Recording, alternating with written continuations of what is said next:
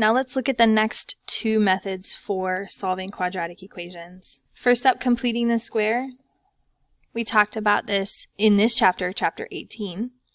Completing the square can be used to solve any quadratic equation, but it is lengthy. I hope you had a chance to review the supplemental videos on completing the square and also the derivation of the quadratic formula that we will use momentarily, so that you have a better understanding of why we're doing it and where that quadratic formula comes from, that it's directly related to completing the square. Starting out for completing the square, notice that our equations are equal to 0, which is where we want to start when we're solving quadratic equations. But the first step for completing the square says we're actually going to move the constant. Let's add 7 to both sides of the equation. X squared plus 10x equals 7. I'm going to leave some space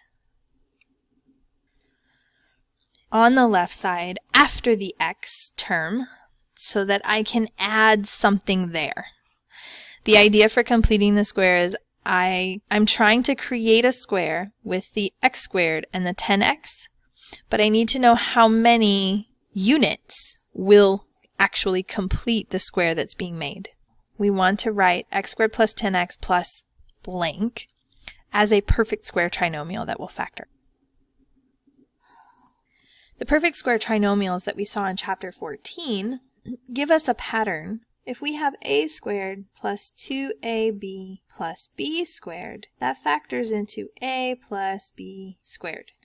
If there's a minus on that second term, we get a minus in our factors, but we've reused and redefined a and b in our quadratic equation. So I'm going to rewrite the expression for perfect square trinomials, but in terms of x's. So x squared plus or minus 2bx plus b squared.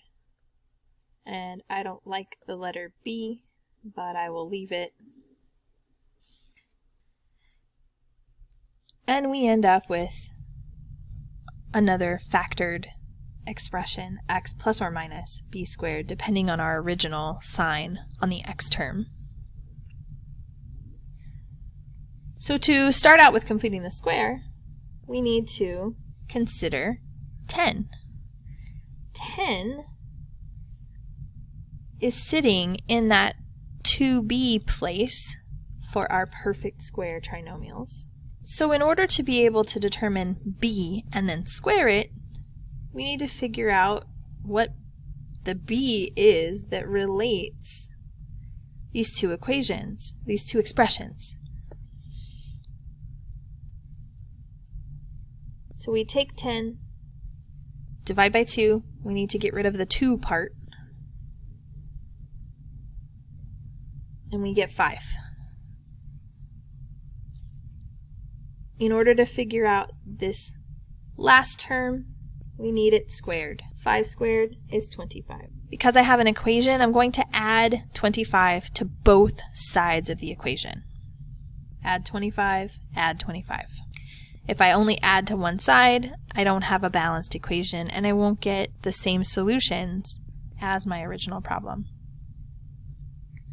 Once we find the constant number that will create the perfect square trinomial for us to factor, we can start working on this equation. X squared plus 10x plus 25 equals 7 plus 25, which is 32.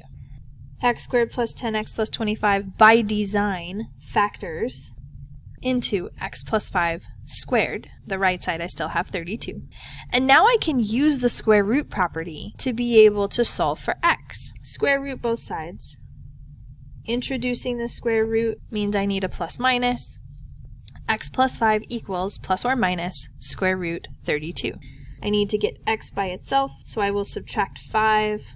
And I cannot add 5, negative 5, and square root 32. They are not like radicals, so I have to leave them separate. But we're not quite done still. Square root 32 has a perfect square factor, 16. Negative 5 plus or minus the square root of 16 is 4, and there's a 2 left underneath the radical. -5 plus or minus 4 root 2. That is our solution for number 7. Now looking at number 8, 4x squared minus 4x minus 1 equals 0. In order to complete the square here, we need to make sure first that we have a coefficient of 1 on x squared. Since we have an equation, we are able to divide both sides of the equation by that coefficient 4. We want to create a quadratic equation that can easily be factored into a perfect square trinomial form. And in order to do that, the less cumbersome way is to first divide by a. So that is what we'll do. Divide by a. And when we divide by a, we're applying this division of 4 to all 3 terms. We can break apart this fraction into 3 separate fractions, and simplify them. So 4x squared divided by 4, the 4's will cancel. 4x divided by 4 will give us x. And 1 divided by 4 is left with 1/4. 0 divided by 4 is 0. Now that we have a quadratic equation where the leading coefficient is 1, we can start working on completing the square. The next step is to move the constant. -1/4 x squared minus x equals 1/4. I need to figure out what to add to both sides so that I end up with a perfect square trinomial. And we look at the middle term, x. It's actually a -x. That just means we're going to end up with x minus a number squared in our result. But I have a -1. I need to figure out what the b is in this upper expression up here. So I divide by 2, and that'll get me -1/2, and I need to square it. Well, squaring a -1/2, 1/2 times 1/2 will give me 1/4. I need to add 1/4 to both sides of this equation. Moving over to the right for a little more space, 1/4 plus 1/4 will give me 1/2 on the right, and x squared minus x plus 1/4 will factor into x minus 1/2 squared. How do I know it's 1/2? Well, right before I square it tells me what I should have.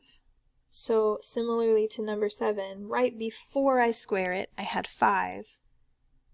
Notice that 5 is what shows up in my factors. Similarly here, -1/2 in my factored form. And we can always check by multiplying it out to make sure that we have the right understanding. X minus 1/2 times x minus 1/2. We could use the box method.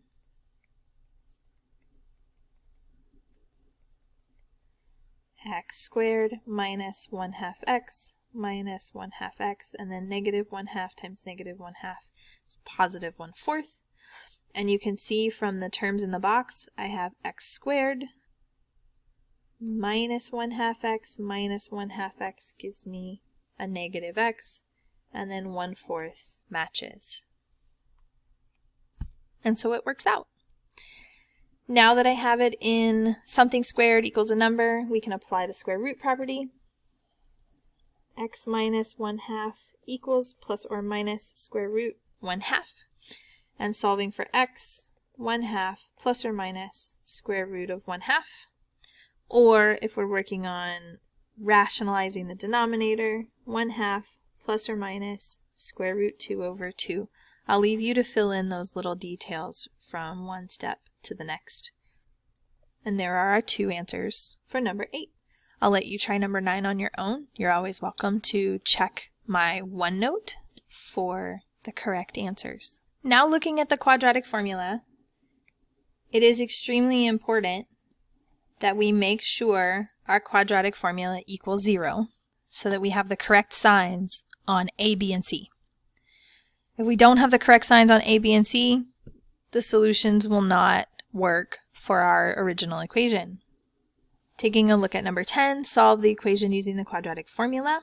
I see that it does not equal 0, so let's get it in that standard form. Subtract 3x from both sides. 2x squared minus 3x minus 1 equals 0.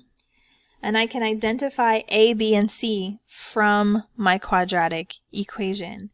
A is always the constant associated with x squared. B is always the constant associated with x.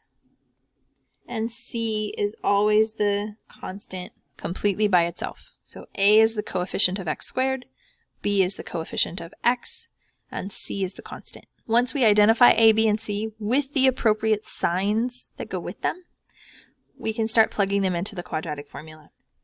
X equals negative b plus or minus square root b squared minus 4ac all over 2a. And I'm going to take that quadratic formula, remove the variables, and put parentheses in place. And I'm going to use colors so that hopefully you can see the pieces going in the right places. So b is negative 3, negative b plus or minus b squared minus 4ac all over 2a, and including the c at the end. And now we can simplify. Negative 3 becomes a positive 3. Negative 3 squared is 9. 4 times 2 is 8. 8 times 1 is 8. I have two negative signs here, so I'm going to end up with a plus 8 underneath the radical. And 2 times 2 is 4. 3 plus or minus square root 9 plus 8 is 17 all over 4. And 17 is prime. I have no factors that I have no perfect square factors that I can pull out. And so we have 3 plus or minus root 17 all over 4. I'll let you try number 11 on your own. Come back and check. Let's do number 12. I have it written in ax squared plus bx plus c equals 0 form, so I can go ahead and identify a, b, and c. A is the coefficient on x squared, b is the coefficient on x, and c is the constant. Setting up my quadratic formula, negative b plus or minus square root b squared minus 4ac all over 2a. A going in, b going in, and c. And I can simplify negative 2 plus or minus square root 4 minus 4 times 3 is 12 all over 2 times 3, 6. Simplifying more, negative 2 plus or minus square root negative 8 over 6. Negative 8 under the radical is negative 1 times 4 times 2. And I can simplify those first two. Negative 1 becomes an I. Square root of 4 is 2. Square root of negative 8 is really equal to 2i square root 2. And we end up with negative 2 plus or minus 2i root 2 divided by 6. But this isn't quite done. If we have a complex number or not, when we have common factors here, notice we have 2's up top. Negative 2 plus or minus 2i root 2. And then we have something divisible by 2 on the bottom with the 6. We can cancel common factors. Factor out a 2 from the top. 2, negative 1 plus or minus I root 2 over 6. And I can cancel 2 with 6, leaving behind a 3 in the denominator. Negative 1 plus or minus I root 2 over 3. And we're almost there. We need to write this in standard form for quadratics. Standard form for quadratics says I need a plus or minus bi. Negative 1/3 plus or minus square root 2 over 3 I. And that'll solve number 12.